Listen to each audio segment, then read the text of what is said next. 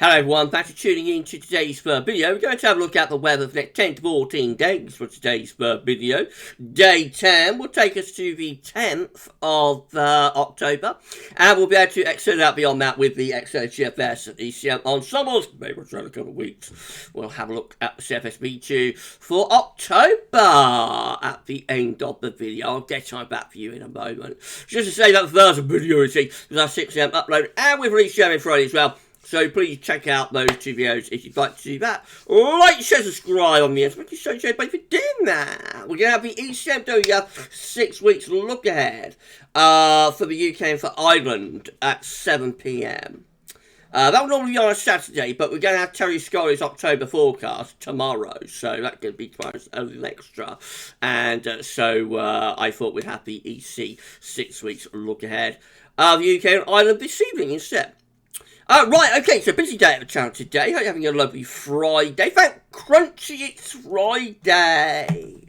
Oh, right, so, beginning with Tropical Atlantic, we've got a new interest area. Just here, this yellow X, just moving off the coast of Africa. That disturbance 1, with a 10% chance of cyclone formation in the next 2 days, but a 60% chance in the next 5 days. That might become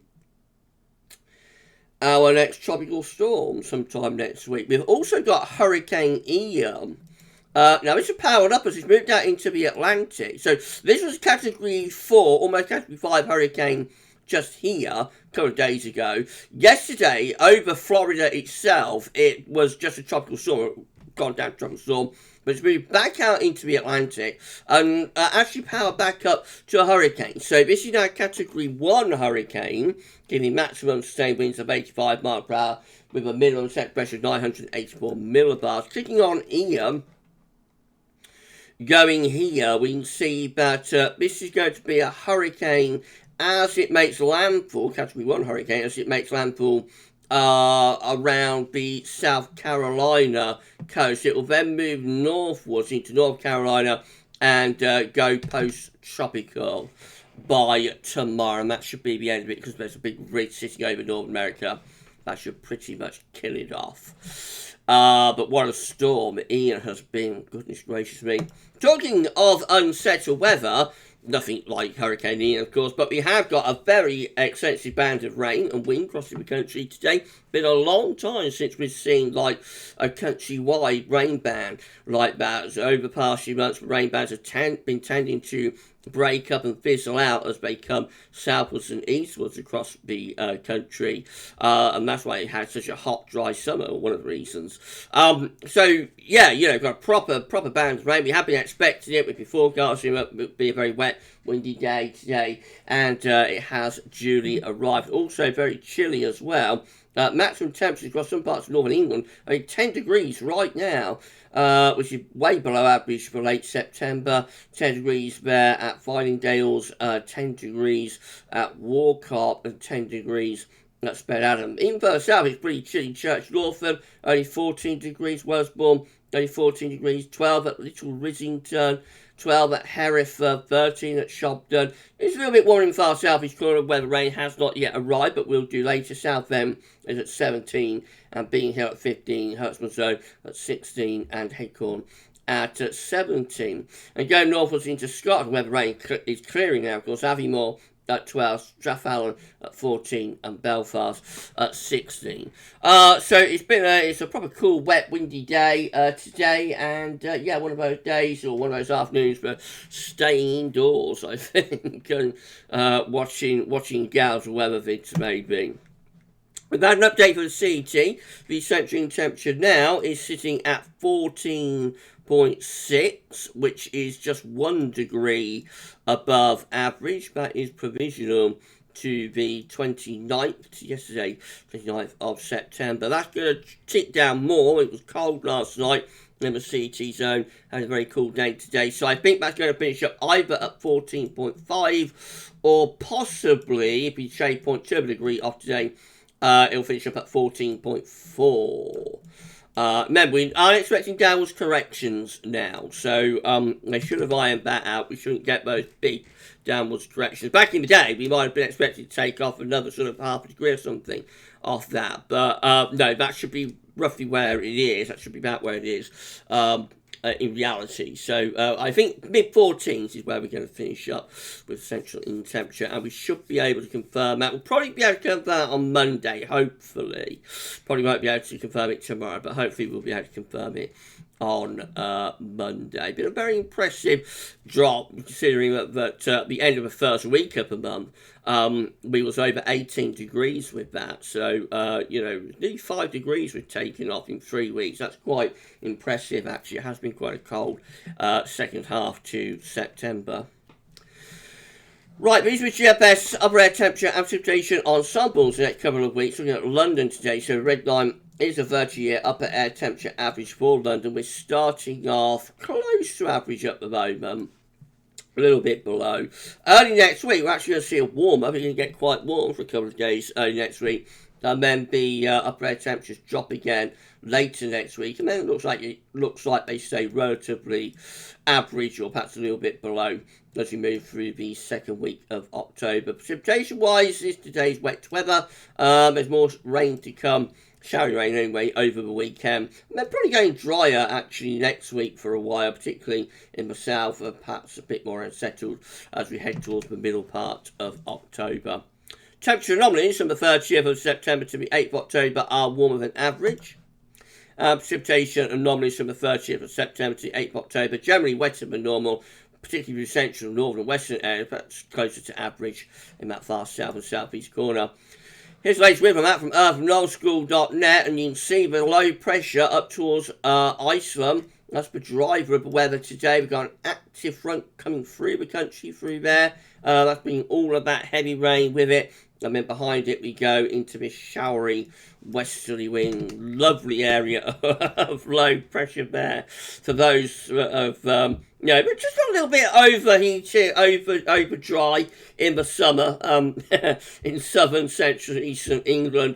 I think a lot of us are enjoying seeing the weather returning, to something more normal, which, of course, in autumn is low pressure driving in from off the Atlantic.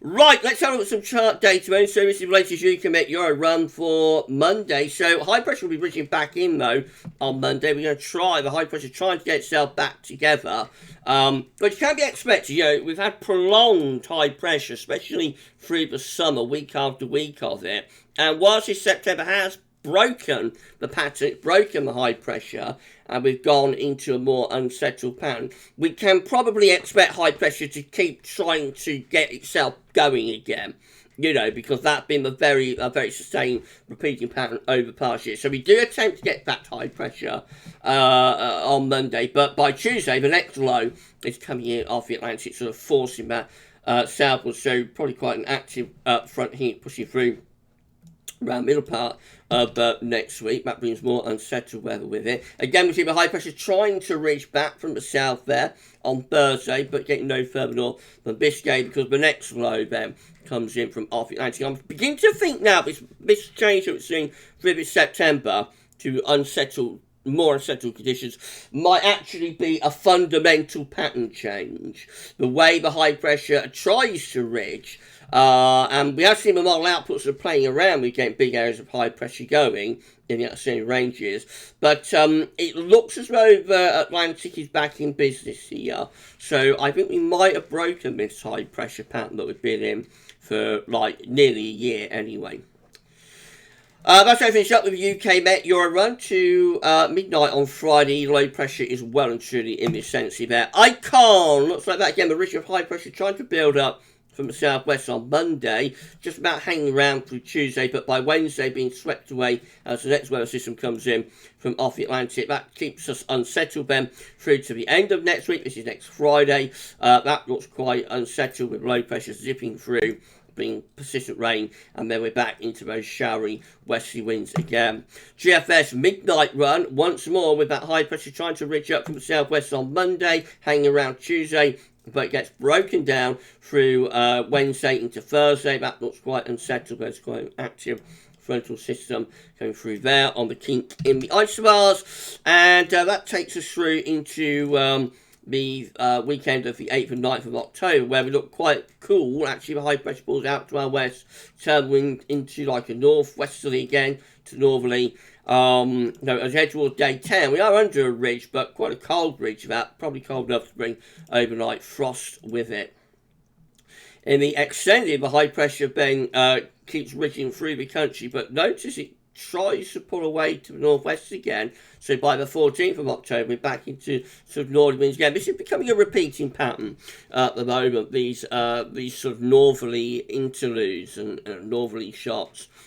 I just wonder whether that might be setting things up for the winter. I don't know. It's too early to tell. But a different flavour to the high pressure, which is more pulling out to the west and to the northwest in the next couple of weeks. That's how it looks as we get to 16th of October, as far as we get to with the GFS midnight run, when we're bringing in this north to northeast wind. The GFS 6Z once again has that high pressure ridging through country on Monday, gets broken down through the middle part of the week as low pressure brings wet weather in off the Atlantic.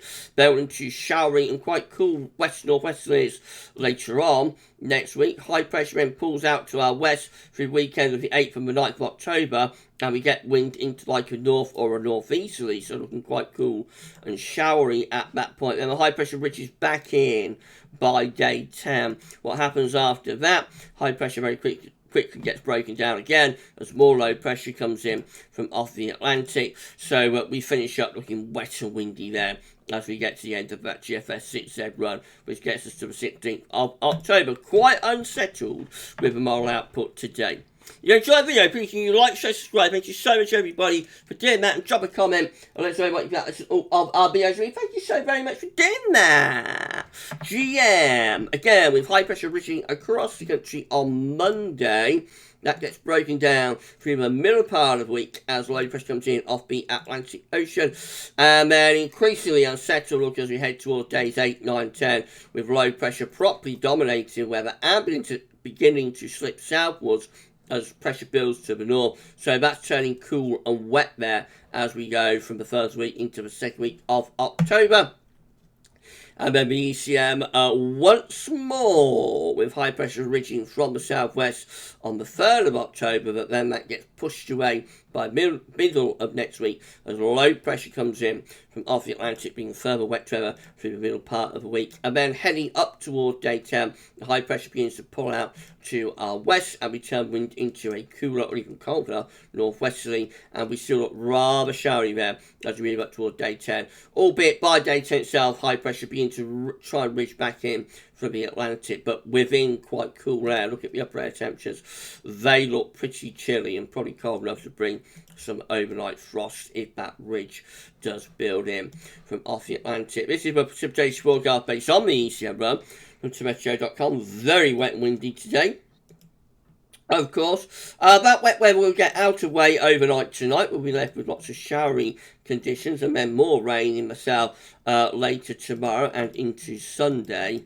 Then into next week, most of the rain is to the north and west for a while, but eventually pushes through. By the middle of the week, we're back into quite wet weather across most parts of the country again.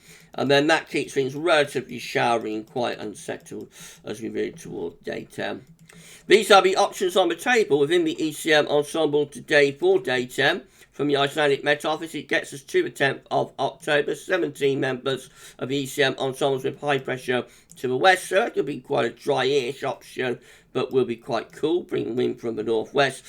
16, including the operational, has low pressure to the east, high pressure ridging in from the west, so again, that's going to be rather cool and showery. 12 with high pressure to the south and low pressure to the north, so that's going to be sort of driest in the south and most showery conditions in the north. And then 6 have us more or less under low pressure, so that's going to be quite cool and showery on the cool side of the jet stream with that. In 2 weeks' time, these are the options that we've got, and it gets us to the 15th of October. 16 1/6 members of the ECM ensembles with high pressure from Scotland to Scandinavia. It's going to be drier, but will be quite cool as we bring wind in from the east.